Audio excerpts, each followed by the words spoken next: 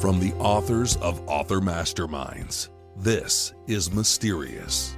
Mystery surrounds us every day. Join us and listen to true stories of mystery, from human behavior to nature, and the physical environment to paranormal experiences. The stories are true, even if we can't explain them.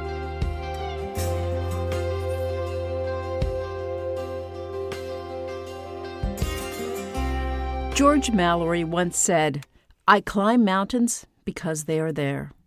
Mallory died climbing Mount Everest in 1924, and his body wasn't found for 75 years.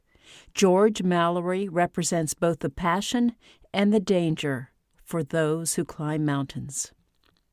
On July 18, 1967, a catastrophic snowstorm pummeled Alaska's Mount Denali, killing 7 of the 12 young men in the Wilcox Expedition attempting to reach the summit. This is still the worst climbing disaster ever to occur in the United States. We will never know what happened at the top of Mount Denali. Experts can only guess the fate of those 7 unlucky climbers.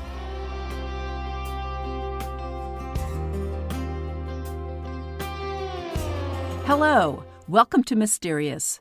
My name is Robin Barefield. I'm an Alaska wilderness mystery author, and I will be your host for this episode.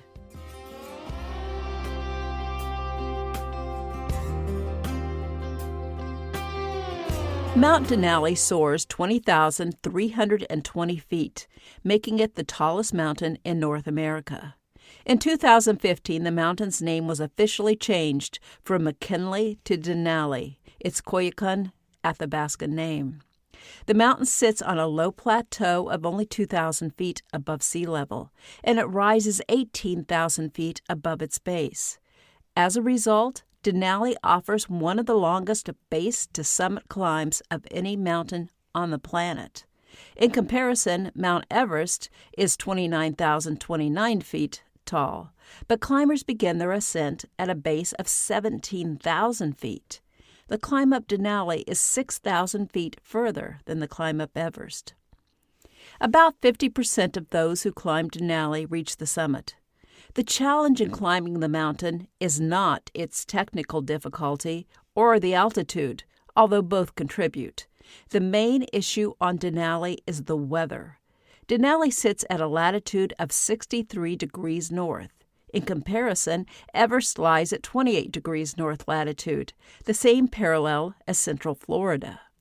Storm systems move faster and are stronger at higher latitudes, and of course the temperature is colder in the far north. Also, Denali sits only 200 miles from the Gulf of Alaska and 400 miles from the Bering Sea. Intense low-pressure systems form in the Gulf and the Bering Sea, subjecting the mountain to powerful storms that can burst out of nowhere.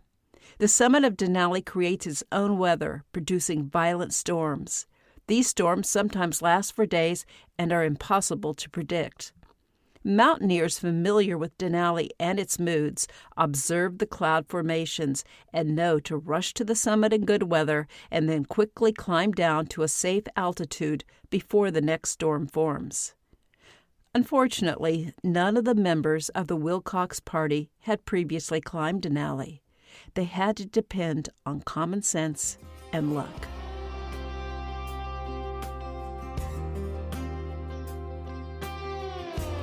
In 1913, the first team of climbers successfully made it to the summit of Denali. In 1967, when the Wilcox Expedition set out to scale the mountain, only 213 people had reached Denali's peak. Joe Wilcox, an experienced climber, was a graduate student in mathematics when he decided he wanted to form a group to climb Denali. At first, he struggled to find climbers interested in his expedition. But then Jerry Clark and Mark McLaughlin joined his team. Both young men were experienced alpinists and had ascended several mountains. Clark had been climbing for 14 years and had more experience than Wilcox. Clark also had a more engaging personality than Wilcox, so Clark helped recruit climbers for the expedition. While Clark knew most of the young men who signed on to join the expedition, they were strangers to Wilcox.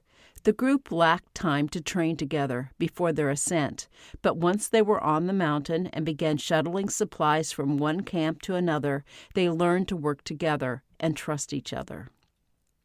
The Wilcox party consisted of 9 young men with varied climbing experience. When Joe applied for the permit to climb the mountain, the Park Service hesitated, expressing concern that the group did not have enough high-altitude experience to climb Denali.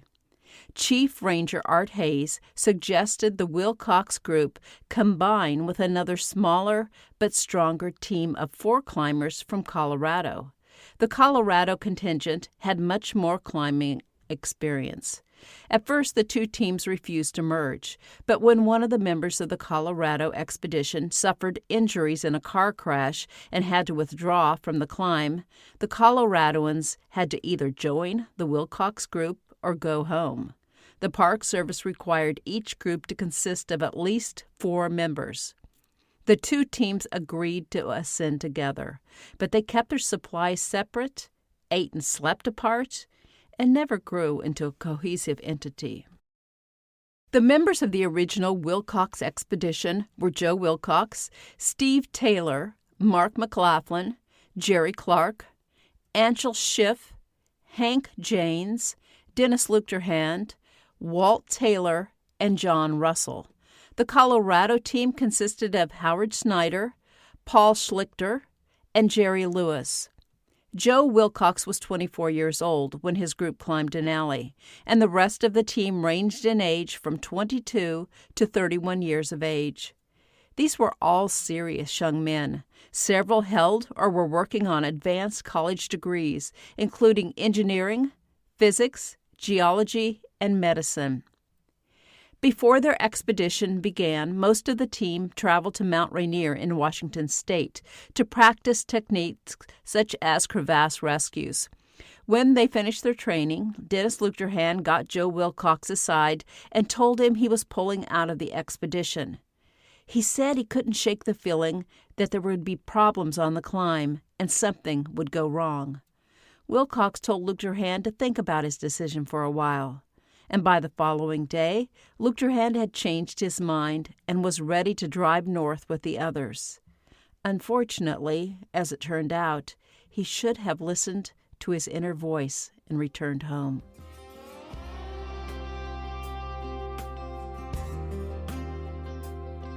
The first meeting between the Wilcox team and the Colorado group proved contentious, but they ironed out their problems and formed a written agreement outlining the duties of each member of the group.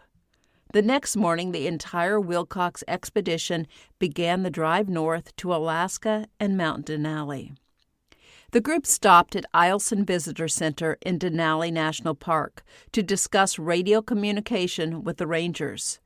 The Wilcox Expedition would be the first team to carry CB radios to the summit to communicate with the park rangers at the base. Jerry Clark oversaw the radios, so he discussed a communication schedule with the rangers. Next, the group drove to Wonder Lake and met District Ranger Wayne Mary. As the party spent their last day at the base of the mountain, Joe Wilcox seemed troubled. He told his group, "We seem to be a loose collection of individuals climbing the mountain separately." He said that their success depended on their ability to work together.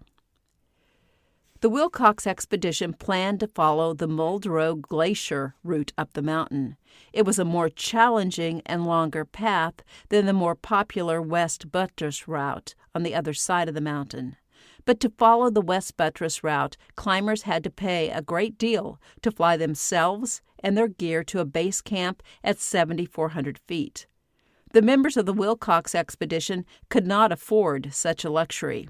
They would start from the base and navigate the ice blocks and crevasses of the glacier. By 1967, 4 men had died on Denali. 3 of the 4 perished while climbing the Muldrow Glacier. 2 fell into crevasses, and the 3rd fell while descending Karstens Ridge at the top of the glacier. Wilcox and his comrades knew they had chosen a difficult and potentially deadly path. The group set up Camp 1 at the top of Magongo Pass. Moving their supplies up the mountain required numerous trips between the various camps by each group member so they could cache their food and equipment. They set up Camp 2 close to the base of the lower ice fall at 6,500 feet. While the men shuttled supplies between the camps, John Russell's temper flared several times, and once he stormed up to Joe Wilcox and told him he was leaving the expedition. Wilcox soothed Russell's anger and convinced him to stay, but Russell gained a reputation in the group as a hothead. The group moved slowly up the mountain, and Wilcox shuffled the rope teams to give everyone a chance to work together and foster an atmosphere of teamwork and camaraderie. The men experienced two terrifying moments on the lower ice fall above Magongo Pass. As they debated whether to scale the left or right side of the glacier, a massive avalanche roared down the left side of the fall, terrifying the men but making their decision easy. They headed up the right side. While climbing up the fall, Jerry Lewis suddenly disappeared into a large crevasse. Howard Snyder, who was behind him, drove his axe into the ice to stop Lewis's fall, and the team worked together to pull Lewis out of the crevasse. The climbers established Camp 3 at 8,100 feet.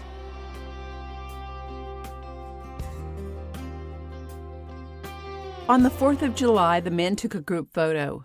Then they headed for Camp 4 at 11,000 feet. The climb between Camp 4 and Camp 5 required the men to traverse a narrow ridge with deadly drop-offs on either side. Between Camp 5 and Camp 6, they climbed up Karsten's Ridge, the most brutal stretch of their route. The ridge rose 4,000 feet over 2 miles. As they progressed, Anshel Schiff began to feel poorly and grow weaker. He was not able to carry as much as the other men, but he continued to climb. John Russell confronted Schiff about carrying light loads, but Schiff did not respond. Others in the group told Schiff it was okay if he took lighter loads. Schiff had chronic indigestion, which worsened as they climbed. He ate little, and what he did eat, his body could not digest. When climbing a mountain like Denali, it is essential to consume at least twice as many calories as usual to meet the physical demands, the low oxygen, and the frigid temperatures. Schiff could not afford to fast during the ascent. The men made it up Karsten's Ridge and established Camp 6 at 15,000 feet. They now began to face the effects of high altitude and thin air. But they only had to set up one more camp before heading to the summit. They were excited about reaching the goal, but they knew this was the most dangerous part of the climb. The weather could change within minutes, producing whiteout conditions and high winds.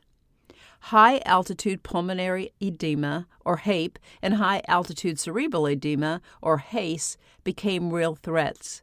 Both conditions could prove fatal if the climber did not rapidly descend to a lower altitude. Joe Wilcox believed Anshel Schiff and Steve Taylor were already exhibiting symptoms of high-altitude sickness.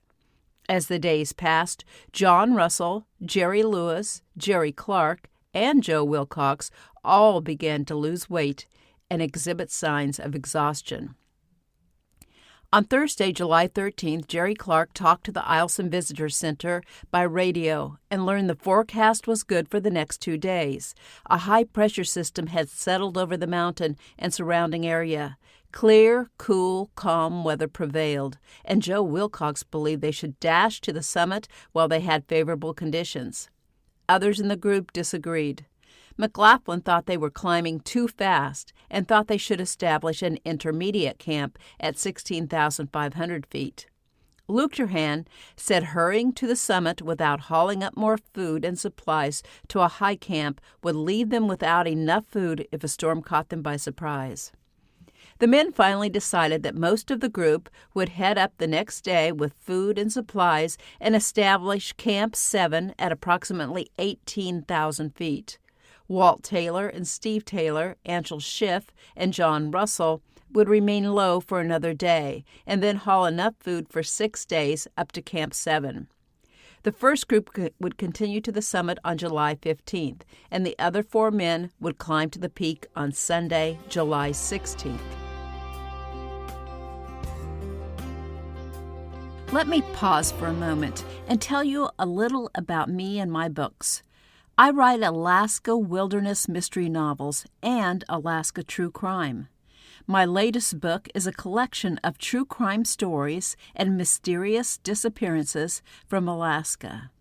I also write a free monthly newsletter on true crime in Alaska, and I have a podcast called Murder and Mystery in the Last Frontier. You can find it wherever you get your podcast, or find the link as well as more information about me and my books in the show notes. This podcast is supported by Author Masterminds and the Readers and Writers Book Club.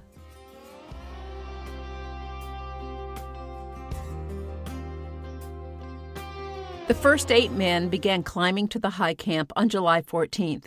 They carried only the essentials they would need for a few days and ascended the Harper Glacier. They found a place to camp at 17,900 feet.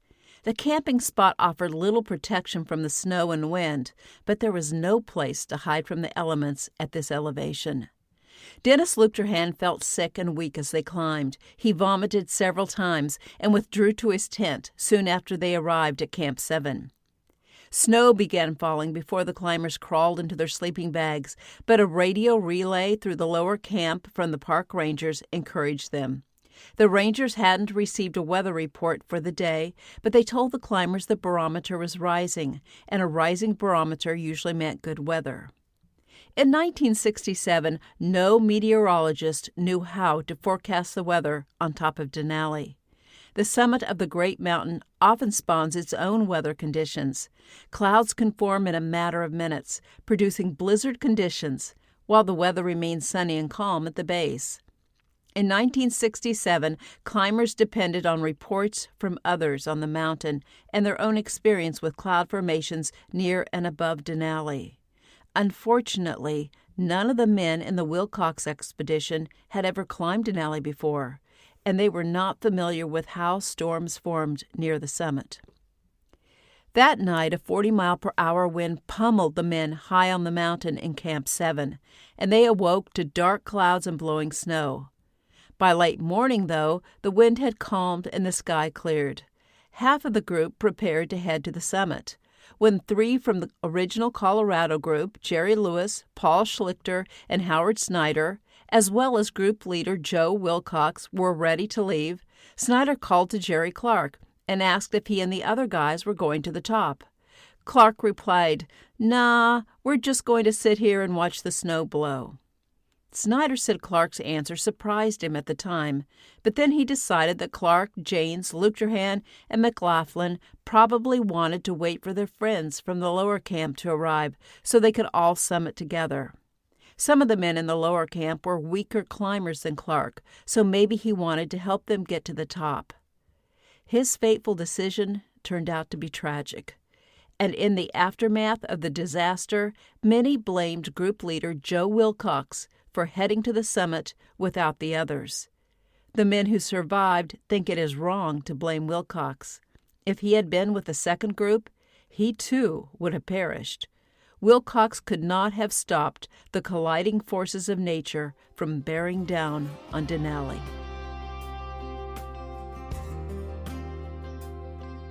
At 6:30 p.m., the 4 climbers radioed Eielson Visitor Center to report they had reached the summit. They described the beautiful view and cloudless sky above the peak. They spent an hour and a half on the top and then descended for 2 hours to Camp 7. The men were tired, but okay. Just as Wilcox and his group arrived at the high camp from above, Anshel Schiff, Steve Taylor, Walt Taylor, and John Russell approached Camp 7 from below. This group was not in good shape, and John Russell was so sick that the other men had to carry his load.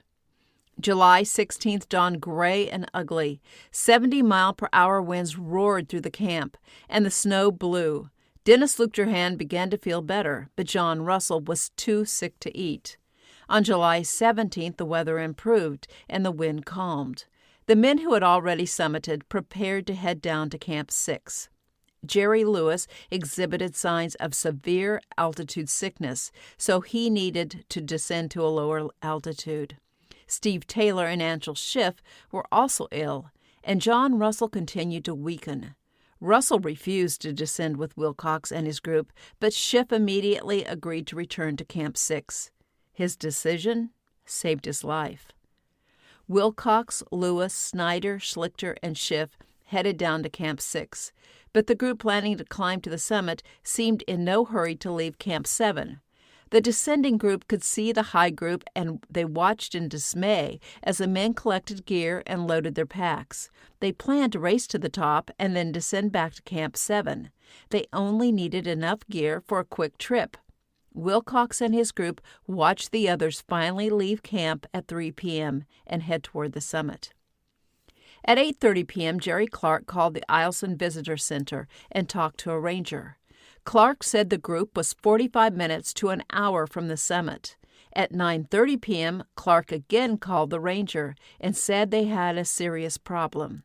He said the visibility was poor and they'd lost track of the wands the first climbers planted to mark the path to the summit. Clark said, "Well, this route is not well wanded at all. We've lost the wands. We're just floundering around. We don't know whether we're on the summit ridge or not. We don't know whether the summit ridge is supposed to be wanded or not, and we just thought we'd check it out. We think we're pretty close to the summit, but we can't tell." Clark wanted to talk to Joe Wilcox to get some direction, but neither Clark nor the ranger could raise Wilcox on the radio. Clark sounded garbled, and the ranger worried his batteries were getting cold. At 11 p.m., Clark tried to call again, but he couldn't transmit. Then, at 11:30 a.m. the following morning, Jerry Clark calmly called the Eielson Visitor Center. He said they were on the summit and would be heading down soon. McLaughlin wanted to talk to the ranger, and Ranger Haber asked him to describe what he saw. He said they were in whiteout conditions, and all he could see were 4 other guys. Haber asked him who was with him at the top of the mountain, and he said the men on the summit were Jerry Clark, Hank Janes, Dennis Luchterhand, Walt Taylor, and Mark McLaughlin. Haber asked McLaughlin what happened to the 7th man, and he said Steve Taylor was sick, so he stayed at Camp 7. McLaughlin did not mention John Russell. Where was he? McLaughlin did not name Russell as one of the men who had made it to the summit, and he also didn't say Russell stayed in camp with Taylor. McLaughlin told Haber they would call again at 8 p.m. But the Rangers never received another call from the men, either in or above Camp 7.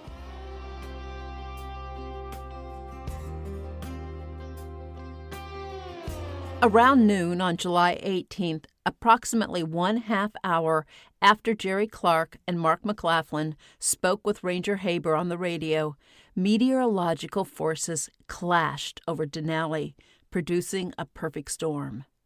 A counterclockwise spinning low-pressure system approached from the north, creating warm, wet wind, while a sizable high-pressure system remained stationary over the Alaska Range. The high-pressure system packed cold, dry air and rotated in a clockwise direction. A cloud cap formed over the summit, and a strong, snow-filled wind barreled down the mountain. At 15,000 feet, the Wilcox party reported violent wind, but what they experienced would be nothing compared to the weather on the exposed summit ridge. The summit party carried 1 sleeping bag for every 2 men, but there was no place to seek shelter, and the storm hit so quickly they had little time to protect themselves. Steve Taylor was in slightly better shape at High Camp, where he had a tent. Was John Russell also at High Camp? No one would ever know.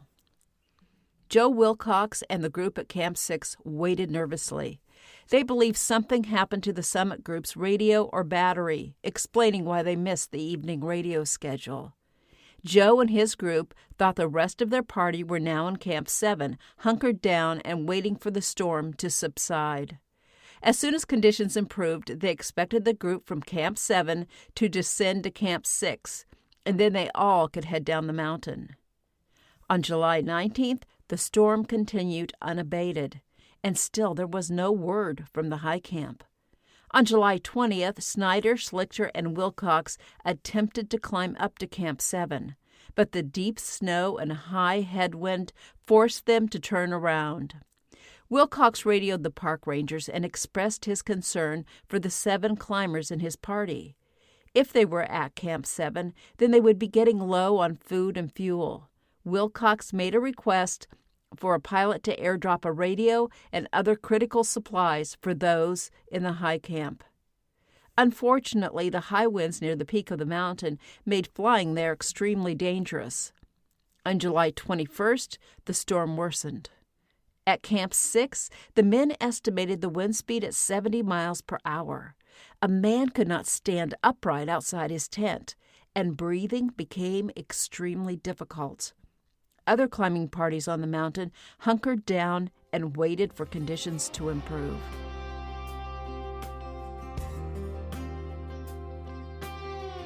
Finally, on July 22nd, the snow stopped, and the wind began to subside. By now, Lewis was critically ill, and Schiff and Wilcox were weak. They had to tell the rangers that they could not climb back up to high camp and needed to get down the mountain. Schlichter and Snyder worried about how they would get the other 3 men down to safety. The descent proved painfully slow for the 5 climbers. Jerry Lewis kept collapsing. Schiff complained of dizziness, and Wilcox could barely move his hands. As they descended the steep Karstens Ridge, they spotted the tents of the Mountaineering Club of Alaska, or the MCA Expedition, at 12,100 feet. The expedition members met Wilcox and the others on the ridge and gave them food and water. They then helped them down to their camp. Wilcox again requested a flyover of the high camp, but the wind returned. On July 25th, it calmed down enough for pilot Don Sheldon to attempt to fly over. Unfortunately, though, a cap of clouds obscured the peak and the high camp. The park superintendent asked the MCA expedition if they would proceed up the mountain as quickly as possible to check on the welfare of the missing climbers. On July 27th, the peak of Denali gleamed in the sunlight. Don Sheldon flew around the summit and upper part of the mountain, but he saw no missing climbers. On July 28th, the MCA climbers reached the Wilcox Expedition's Camp 6. At 5 p.m., one of the climbers spotted a Stubai ice axe, the brand Steve Taylor had carried.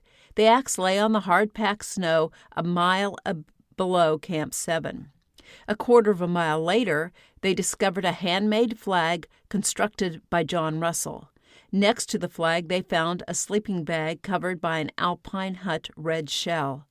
All the shell contained was a pair of wool socks and some down booties. Next to the tent, a deadly crevasse opened into the mountain. The MCA members believed someone had fallen into the crevasse. Finally, the MCA expedition reached Camp 7. They heard nothing as they neared the camp. There was no movement and no sign of people. Then they saw Mark McLaughlin's homemade tent still standing. Next to the tent, they encountered a corpse, sitting upright, holding onto the tent pole. The frozen man wore orange. His face and hands were blue, green, and white. The hands appeared frozen, yet they were decomposing.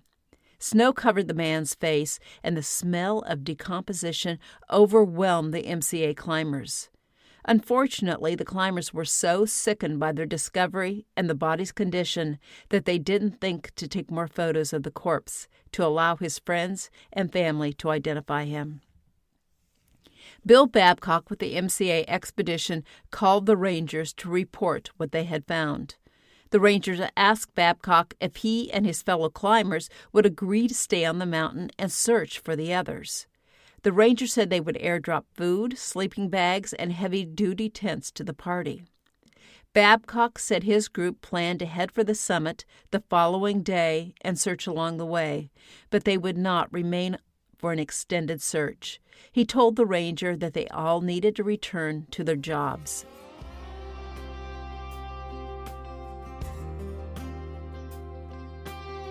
The next afternoon, Babcock and his party reached the summit. Soon after they started down, pilot Don Sheldon circled overhead. He circled several times and then dropped a message scrawled on a brown paper bag. He wrote that he saw something red over on the slope. 2 members of Babcock's team went to investigate. They found a frozen man sitting on a steep slope. He wore a red parka, orange wind pants, and green overboots. He sat facing downhill, with one leg extended and the other leg underneath his body. The man looked relaxed. Directly below the first man, they saw a second figure wearing dark clothes. A sleeping bag was wrapped around his shoulders. His legs were in the same position as the first man's, but he was laying back. The men were not roped together, but the MCA climbers wondered if they were in position to hold a rope and belay others below them. The steep slope where the men died descended into a crevasse field. Beyond this danger, though, lay Camp 7. The men who found the bodies speculated that the climbers tried to take a shortcut to their camp. What occurred high on Denali during one of the worst storms in history will remain a mystery. When another party ascended to learn what happened to the climbers, all traces of them had vanished. Who was the man in high camp, and which 2 climbers sat on the steep slope? Where was John Russell? Did he return to high camp? Did the others fall into crevasses, or did the wind blow them off the mountain? John Papineau, a meteorologist with the National Oceanic and Atmospheric Administration, said the week-long storm that battered the climbers on Denali was a once-in-a-lifetime event. According to his calculations, gusts at the summit could have reached 300 miles per hour.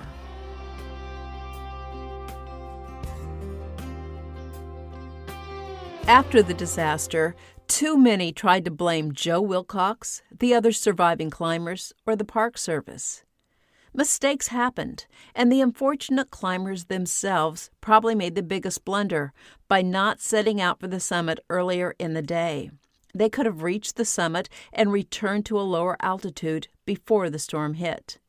The storm was not predicted, though. No one knew it was coming. It is easy to second-guess the actions of exhausted climbers suffering the effects of high-altitude sickness. But how could anyone survive 300-mile-per-hour winds on the peak of a 20,000-foot mountain? Those young men experienced a force of nature none of us will ever see. We can only imagine the terror they must have endured during their last few hours or minutes.